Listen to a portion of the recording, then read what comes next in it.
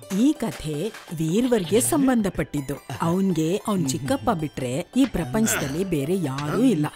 ಆದ್ರೆ ಅವ್ರ ಚಿಕ್ಕಪ್ಪ ಹಾತಿ ಸಿಂಗ್ ಹೆಸರಿಗಷ್ಟೇ ಚಿಕ್ಕಪ್ಪ ಆಗಿದ್ರು. ಅವನನ್ನ ಯಾವಾಗ್ಲೂ ಶತ್ರು ತರಾನೇ ನೋಡ್ತಿದ್ರು.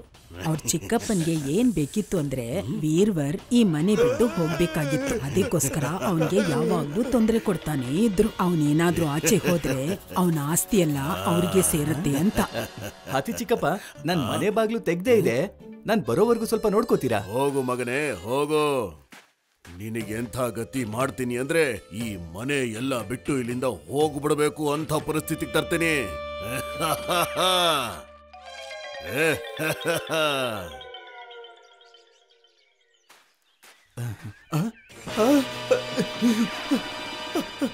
ಅಯ್ಯೋ, ನನ್ ಮೇಕೆ ಎಲ್ಲೋ ಹೋಯ್ತು? ಚಿಕ್ಕಪ್ಪ, ನೀವ್ ನನ್ ಮೇಕೆ ನೋಡಿದ್ರಾ?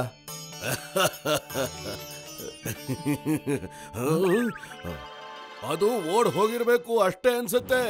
ವೀರ್ವರ್ ಚೆನ್ನಾಗಿ ಯೋಚನೆ ಮಾಡ್ದ.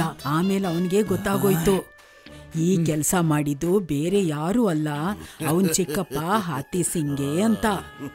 ಅದಕ್ಕೆ ಅವನು ಒಂದು ಉಪಾಯ ಮಾಡ್ದ.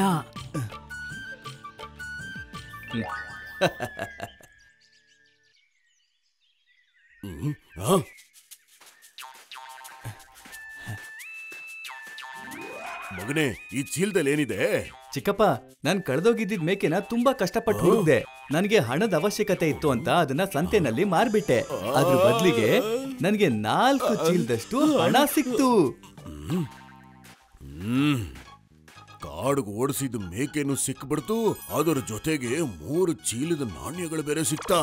ಆಗ ಇದಂತೂ ತುಂಬಾ ಒಳ್ಳೆ ವಿಷಯನೇ. ಇಲ್ಲಿ ಕಮ್ಮಿ ದುಡ್ಡಿಗೆ ತಗೊಂಡು ಅಲ್ಲಿ ಜಾಸ್ತಿ ದುಡ್ಡಿಗೆ ಮಾರ್ಬಿಟ್ಟು ಬರ್ತೀನಿ, ಆಮೇಲೆ ಹಬ್ಬ ಮಾಡ್ತೀನಿ.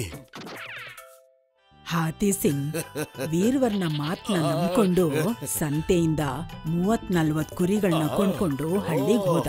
ಆದ್ರೆ ಅವನ್ ಕುರಿಗಳನ್ನ ಮಾರಕ್ ಹೋದಾಗ ಅದ್ರ ತಕ್ಕಂತ ಬೆಲೆನೇ ಸಿಗ್ಲಿಲ್ಲ. ಅದಕ್ಕೆ ಅವನ್ಗೆ ಕೋಪ ಬಂತು.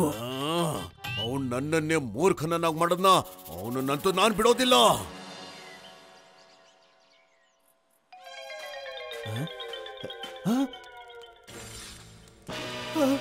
ಇದೇನಿದು?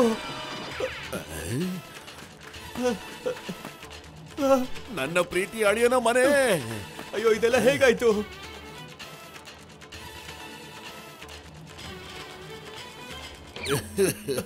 ನಾನು ತುಂಬಾ ಪ್ರಯತ್ನ ಪಟ್ಟೆ, ಆದ್ರೆ ಎಲ್ಲ ಸುಟ್ಟು ಭಸ್ಮ ಆಗೋಯ್ತು.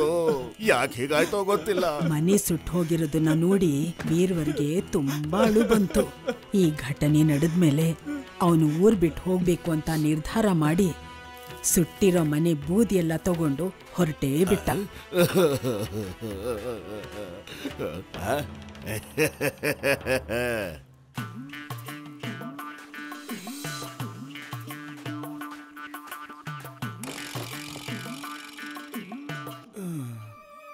ಅಯ್ಯೋ, ಇವನ್ ಯಾಕೆ ಇಲ್ಲಿ ಬಂದು ಕೂತ್ಕೊಂಡ? ಬಾ, ಹೋಗಿ ವಿಚಾರಿಸೋಣ. ಏನಪ್ಪ ವಿಷಯ? ನಿನ್ನ ಯಾವತ್ತೂ ನಾನು ನೋಡೇ ಇಲ್ವಲ್ಲ. ಅದ್ ಸರಿ, ಬೂದಿನ ಯಾಕೆ ಇಟ್ಕೊಂಡು ಇಲ್ಲಿ ಕೂತಿದ್ಯಾ? ನಿಮ್ಗಿದು ಬೂದಿ ಆಗಿರ್ಬೋದು, ಆದ್ರೆ ನನ್ನ ಪಾಲಿಗೆ ಇದು ಇಡೀ ಜಗತ್ತು. ಏನು, ಇಡೀ ಜಗತ್ತ? ಅಂದ್ರೆ ಇದು ಒಂದು ಪವಿತ್ರವಾದ ಬೂದಿ ಅನ್ಸುತ್ತೆ. ಪವಿತ್ರವಾದ ಬೂದಿನ? ಒಳ್ಳೇದು. ನಾನು ಇದನ್ನ ಸ್ವಲ್ಪ ತಗೊಂಡು ಹೋಗ್ಬೋದಾ? ನಾನೊಂಚೂರು ನಾಣ್ಯಗಳು ತಗೊಳ್ಳ? ಇಲ್ಲ, ಖಂಡಿತ ಇಲ್ಲ. ಸರಿ, ಹಾಗಿದ್ರೆ ನಿಮ್ಗೆ ಮಾರೋದಕ್ಕೆ ಇಷ್ಟ ಇಲ್ಲ ಅಂದ್ರೆ ಕೊನೆ ಪಕ್ಷ ಒಂದು ಚಿಟಿಕೆ ಅಷ್ಟೇ ಕೊಡಿ. ನನಗೂ ಸ್ವಲ್ಪ ಕೊಡಪ್ಪ. ನಾನ್ ಕೇಳ್ಪಟ್ಟಿದ್ದೆ ಈ ಸ್ವಲ್ಪ ಬೂದಿಯಿಂದ ದೊಡ್ಡ ಚಮತ್ಕಾರ ಆಗತ್ತೆ ಅಂತ. ಈಗ ಈ ದುಡ್ಡನ್ನ ಬೇಡ ಅಂತ ಹೇಳಬೇಡ.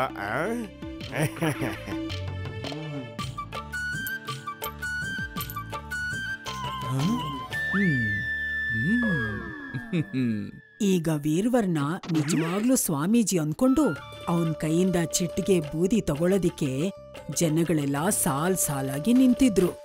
ಆ ಬೂದಿ ತಗೊಳ್ಳೋದಿಕ್ಕೋಸ್ಕರ ಅಲ್ಲಿ ಬರ್ತಿದ್ದ ಜನ ಎಲ್ಲ ಅವನ್ಗೆ ದಕ್ಷಿಣೆ ಕೊಡಕ್ಕೂ ಶುರು ಮಾಡ್ಕೊಂಡ್ರು.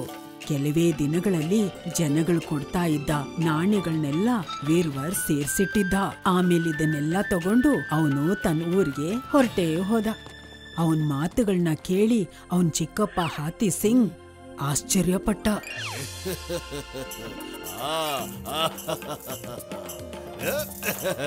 ಏ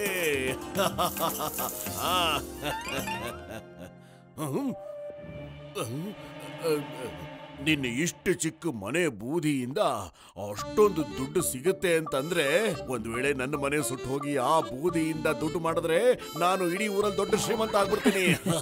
ಹಾತಿ ಸಿಂಗ್ ಅವನ್ ಮನೆಗೆ ಬೆಂಕಿ ಹಚ್ಚಿ ಆ ಬೂದಿನ್ ತಗೊಂಡು ಅವನ ಊರಿಗೆ ಹೊರಟೇ ಹೋದ. ಈ ಗಂಟುಗಳಲ್ಲಿ ಏನಿದೆ ಅಣ್ಣ? ಬೂದಿ.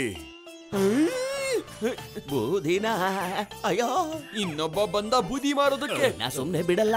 ನೀನು ಸುಳ್ಳು ಹೇಳ್ತಾ ಇದೀಯಾ. ಈ ಬೂದಿ ಯಾವ ಚಮತ್ಕಾರನೂ ಮಾಡೋದಿಲ್ಲ. ಹೊಡಿರಿ, ಇವ್ನನ್ನ ಸಾಯ್ಸಿ. ಹೊಡಿರಿ, ಸಾಯ್ಸಿ, ಬಿಡ್ಬೇಡಿ ಅವ್ನ, ಸಾಯ್ಸಿ. ಸಾಯ್ಸಿ, ಇವ್ನನ್ನ ಸಾಯ್ಸಿ, ಬಿಡ್ಬೇಡಿ. ಮತ್ತೆ ನನ್ನನ್ನು ಮೂರ್ಖನನ್ನಾಗಿ ಮಾಡಿದ್ಯಾ? ಈ ಸಲ ಅವನಿಗೊಂದು ಗತಿ ಕಾಣಿಸ್ದೆ ನಾನಂತೂ ಸುಮ್ಮನೆ ಬಿಡಲ್ಲ, ಖಂಡಿತ ಸುಮ್ಮನೆ ಬಿಡಲ್ಲ. ಒಂದ್ ಗತಿ ಕಾಣಿಸ್ತೀನಿ. ಕೆಲವು ದಿನಗಳ ನಂತರ ಹಾತಿ ಸಿಂಗ್ ತಾನ್ ಮಾಡಿದ ತಪ್ಪಿಗೆ ಪ್ರಾಯಶ್ಚಿತ್ತ ಮಾಡೋ ನಾಟಕ ಆಡೋದಿಕ್ಕೆ ವೀರ್ವರ್ನ ಒಂದು ನೀರಿರೋ ಜಾಗದ ಹತ್ರ ಕರ್ಕೊಂಡ್ ಹೋದ. ಅಲ್ಲೋಡು, ಮತ್ಸ್ಯ ಕನ್ಯೆ.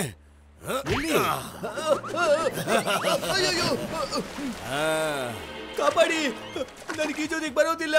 ನನಗದ್ ಗೊತ್ತಿತ್ತು. ಈಗ ನೀನು ಮತ್ಸ್ಯ ಕನ್ಯೆನ ಭೇಟಿ ಮಾಡು. ಇಲ್ಲಿಂದ ಕೆಳಗ್ ಹೋದವನು ಇದುವರೆಗೂ ಬಂದಿದ್ದ ಇತಿಹಾಸದಲ್ಲೇ ಇಲ್ಲ. ನಿನ್ ಕತೆ ಮುಗೀತು, ಮುಗೀತು.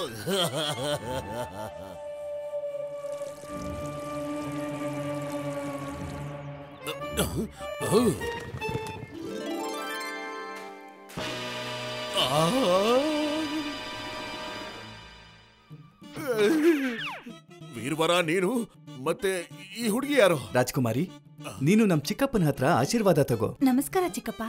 ರಾಜ್ಕುಮಾರಿ, ಇದೆಲ್ಲ ಏನ್ ನಡೀತಾ ಇದೆ? ನಾನ್ ನಿನ್ಗೆ ಹೇಳಿದ್ನಲ್ಲ ರಾಜ್ಕುಮಾರಿ, ನಮ್ ಚಿಕ್ಕಪ್ಪ ಎಲ್ಲ ಮರ್ತ್ ಹೋಗ್ತಾರೆ ಅಂತ. ಇವ್ರನ್ನ ನೀರೊಳಗಡೆ ತಳ್ಳಿದ್ದಕ್ಕೆ ನಿಮ್ಗೆ ತುಂಬಾ ತುಂಬಾ ಧನ್ಯವಾದಗಳು.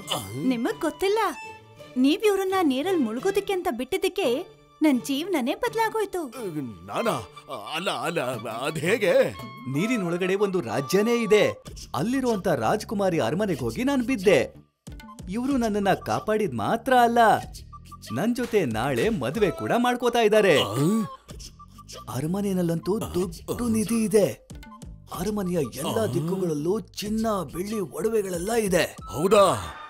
ನೀವ್ ನಮ್ಮ ಅರಮನೆಗೆ ಖಂಡಿತ ಬರ್ಲೇಬೇಕು. ಹಾತಿ ಸಿಂಗ್ನ ತಲೆಯಲ್ಲಿ ವೀರ್ವರ್ ದುರಾಸೆಯ ಬೀಜ ಬಿತ್ತಿದ್ನೋ ಅವನು ತುಂಬಾ ಹೊತ್ತು ಅದನ್ನ ಮನ್ಸಲ್ಲೇ ಇಟ್ಕೊಂಡು ತಡ್ಕೊಳಕ್ಕಾಗ್ಲಿಲ್ಲ. ಅವನಿನ್ನು ತುಂಬಾ ದುಡ್ಡು ಮಾಡ್ಬೇಕು ಅನ್ನೋ ದುರಾಸೆಯಿಂದ ನೀರಿರೋ ಜಾಗಕ್ಕೆ ಹೋಗಿ ನೀರೊಳಗೆ ಧುಮುಕೆ ಬಿಟ್ಟ. ಅಲ್ಲಿಂದ ಅವನು ಹೊರಗ್ ಬರೋಕೆ ಆಗ್ಲಿಲ್ಲ. ಅಯ್ಯೋ ಚಿಕ್ಕಪ್ಪ, ಬೇಗ ಹೋಗಿ, ನಿಧಿ ನಿಮ್ಗೋಸ್ಕರ ಕಾಯ್ತಾ ಇದೆ. ನಿಧಿ ನನ್ನ ಜೀವನ ಕಾಪಾಡಿ ಮತ್ತೆ ರಾಜ್ಕುಮಾರಿಯಾಗಿ ನಾಟಕ ಮಾಡಕ್ ಒಪ್ಕೊಂಡು ನನ್ನ ಜೀವನದಲ್ಲಿದ್ದಂತ ಮುಳ್ಳನ್ನ ದೂರ ಮಾಡೋದಕ್ಕೆ ಸಹಾಯ ಮಾಡಿದಕ್ಕೆ ತುಂಬಾ ಧನ್ಯವಾದ. If you like this video, subscribe to our channel Murthy Media.